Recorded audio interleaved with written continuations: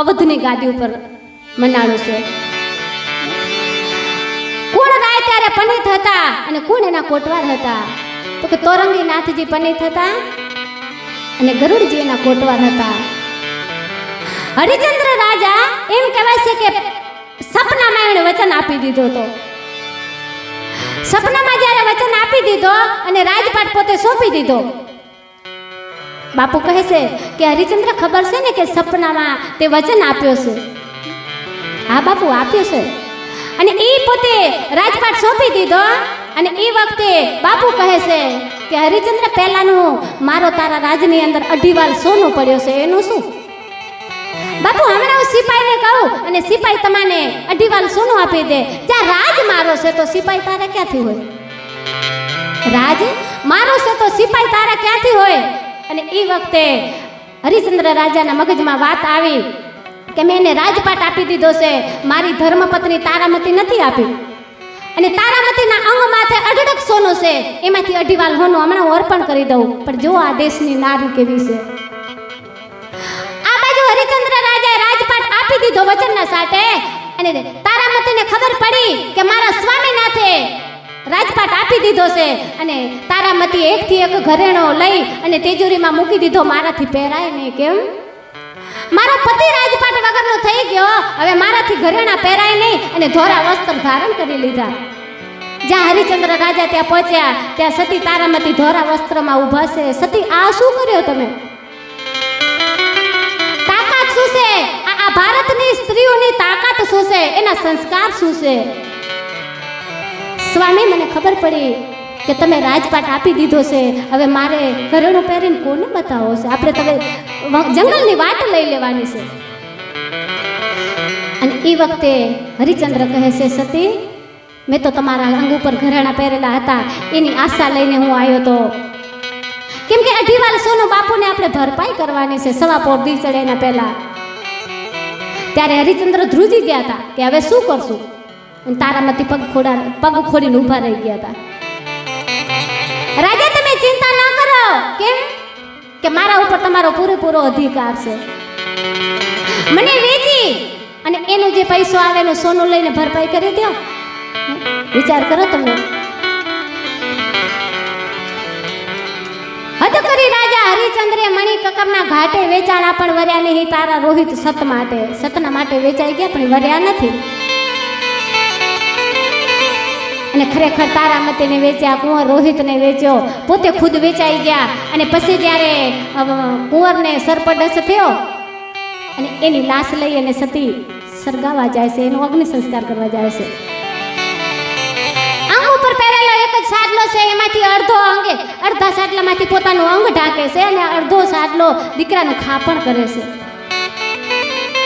રાજા હરિચંદ્ર કહે, સતી ત્યાં જ ઊભા રહેજો, જ્યાં લગી તમે મને ટકો ના આપો ત્યાં લગી મારાથી અગ્નિ સંસ્કાર કરવા દેવાની. અરે રાજા, ઓળખો તો ખરા હું કોણ છું? આ ઓફ થઈ ગયો એ કોણ છે? સતી, મને ખબર છે તમે તારામતી છો. આ ઓફ થઈ ગયો એ કુંવર રોહિત છે, પણ મારા સત્યની આગળ કાંઈ નથી.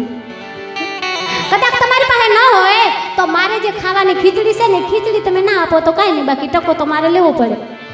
આખી રાત પતિ પત્નીનો વાદ વિવાદ ચાલ્યો. હરિચંદ્ર કહે, અગ્નિ સંસ્કાર કરવા ન દઉં. તારામતી કે હું પાછી ન જાઉં. આખા ગામના છોકરાને ખબર પડી કે આપણા સ્મશાનમાં કોઈ ડાકણ આવી છે અને અહીંયા બાળકોને ભરખી રહી છે. અને એ આખા ગામના છોકરા પાણા ઘા કરતા હતા ને ત્યારે તારામતીનું માથો ફૂટી ગયો હતો, લોહી જાણ થઈ ગયો હતો. અને જ્યારે સવાર થયો ને ત્યારે હરિચંદ્ર પાસે ધીમા ધીમા ડગલા માનતા ગયા.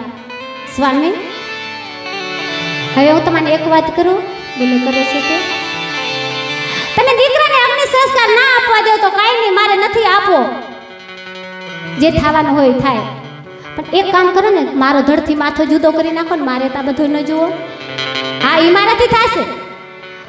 અને હરિચંદ્ર રાજાએ તલવાર ઉગામી અને ભગવાને એનો હાથ પકડી લીધો. આ સંસારની તાકાત છે. આપણે આજે વખતે ભજન સત્સંગમાં શમશાનમાં રાખવાના હતા. મેં નામ સાંભળ્યું તો મને ખૂબ આનંદ થયો. કેમ કે શમશાની કોઈ જેવી તેવી વસ્તુ નથી બાપ. કદાચ 40 માળના બંગલા હશે ને તો આમાંથી પ્રાણ પંખીડો નીકળી ગયા પછી મને તમારે એ 40 માળનો બંગલો નહીં હંગરે ત્યારે શમશાન હંગરશે. સંસાર જેવી તેવી વસ્તુ નથી. સંસાર ભજન કરવાનું સ્થાન છે, એવો નથી કે ખાલી મરદા બાપ મરણ તો ઘરમાં થાય છે, હું તો ખાલી આપણા હાડકા સરગાવા જાય છે. આ બીજો જગ્ન રચાણું અવધની ગાદી ઉપર, અને હવે ત્રીજો યુગ આવે છે.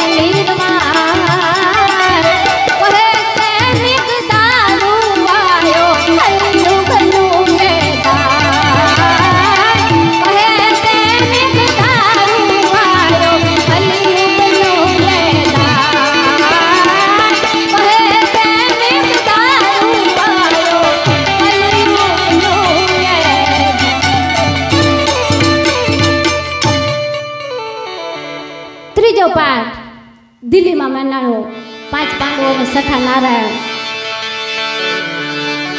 ત્યારે મસંદરનાથ પંડિત હતા અને દાદો હનુમાનજી એનું કોટવાર હતા. વસ્તી કેટલી હતી ખબર છે? આજ પસ્તાવો કરવા જેવો નથી. પહેલા યુગમાં 15 કરોડની વસ્તી હતી, એમાં 5 જ કરોડ નિર્વાણ પદને પામ્યા ને. 15 કરોડ તો તે દી 12. બીજા યુગમાં 21 કરોડની વસ્તી હતી તો 7 જ કરોડ નિર્વાણ પદને પામ્યા, 14 કરોડ તે દી એમ. અને એવા સમયમાં જો સતી તોરલ બોલી હોય કે તોરલ કહે હું દેશ ફરી દેશાવર ફરી, મેં માડું જોયા અપાર, પણ જેને દીઠે મોજા નેણા ઠરે, એવા માડું જ્યાં પડ્યા દકાર. એ સમયમાં જો દુકાર હોય તો અટાણે સગાર ક્યાંથી હારો છે બાપ, આટલા બધા માણસો ભજન વાસે છે. અને એટલે જ અમારો આનંદ છે. ત્રીજા યુગની અંદર 27 કરોડની વસ્તી, એમાંથી 9 કરોડ નિર્વાણ પદને પામ્યા અને 18 કરોડ તે એમ. તો આ ચોથો યુગ હારો ન કહેવાય કે 12 કરોડ નિર્વાણ પદને પામી ગયા ને. આ 12 કરોડ આમાં થવાના છે. હવે ચેતીને રહેજો. બાકી જેટલો લેવાય એટલો ભગવાનનું નામ લેજો, જેટલા થાય એટલા સારા કાર્ય કરજો. અને હવે સમયની બહુ એવું કહેવાય છે કે પાબંદી છે, એટલે ઘણા સમય પહેલા મેં હેલી ગાઈ હતી મારા બાપુની હયાતીમાં. અને આજે મારી સામે આવા બધા ભાવિક માણસો બેઠા છે, મારા ગુરુભાઈ બેઠા છે, હું બધાને મારા જ ગણું છું. ત્યારે આજ મને બહુ હેલી ગાવાની ઈચ્છા છે. મારી મેરમ રો સાધુ ના મળ્યો મારેલી, મારી મેરમ રો સાધુ ના મળ્યો મારેલી, કે નાથી કરું રે સ્નેહ રે, કે નાથી કરું રે સ્નેહ. મારી મેરમ રો સાધુ ના મળ્યો મારેલી,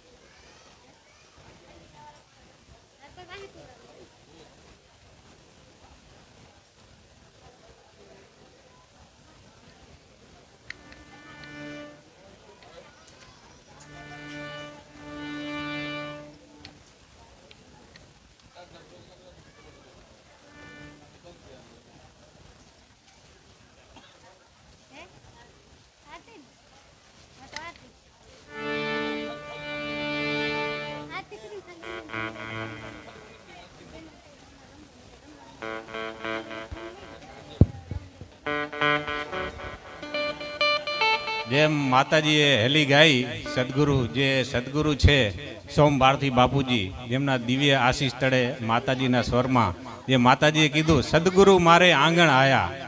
આજે સંતો જે વચન આપે છે ને અને જે સંતવાણી ગાય એ જ આપણે આચરણ કરીએ તો આપણો ભાવ પાર તરી જાય એવું જ. અને બીજું આ સરિતા, જે સરિતા પંછી પીએ સરિતા નીર ન ઘટે, એ બધા ઘટ જાય. એટલે દાન ધર્મ કરવાથી કાંઈ ઘટતું નથી. જેમ સંતો કહી ગયા છે કે પક્ષી પીએ સરિતા નીર ન ઘટે. એટલે અને હમણાં દાન એક આવેલું છે આપણાને આંબાવાડી ભજન મંડળ, હરિઓમ ભજન મંડળ મહિલા મંડળ તરફથી 3100 રૂપિયા, જે જોરદાર તાળીઓથી વધાવજો એમને, કારણ કે મહિલા મંડળે ભજનમાંથી પણ 3100 રૂપિયા આપેલા છે. અને આ જે છે એ આપણા મુંબઈ મંડળ તરફથી જ જે કાંઈ દાન કોઈ પણ કરશે કે લખાવશે કે આ દાન પેટીમાં જશે, આશ્રમ નિર્માણ અર્થે આ મુંબઈ મંડળ તરફથી જ એ ગણવામાં આવશે. અને એ માતાજીના જે આશ્રમ બનવાનો છે એ આશ્રમ નિર્માણમાં આપણો યોગદાન ફાળો રહેશે. એટલે જેને પણ કોઈ લખાવવું હોય અથવા દાનપેટીમાં નાખવા હોય તે આપણા મંડળ તરફથી જ જશે.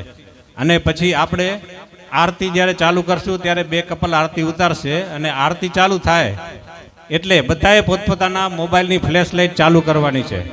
એટલે આપણે જેમ કહીએ ને લાખ દીવડાની જ્યોત, એ રીતે આપણે મોબાઈલ ચાલુ કરી અને માતાજીની આરતી ઉતારવાની છે. હાલો, અને વીણાબેનને વિનંતી કરીશ કે એ 2 શબ્દો પણ કહે.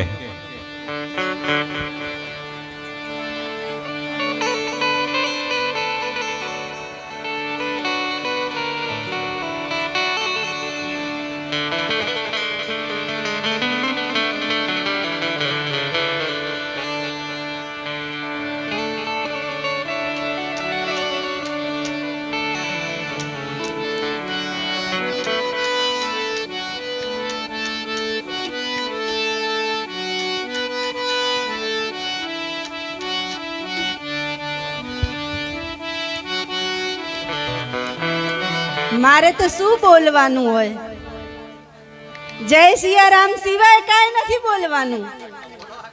કેમ કે મેં તો કોળિયો નથી નાખ્યો કોઈ દી રામ બોલ્યા વગર. તો બોલો બધા જય સિયારામ.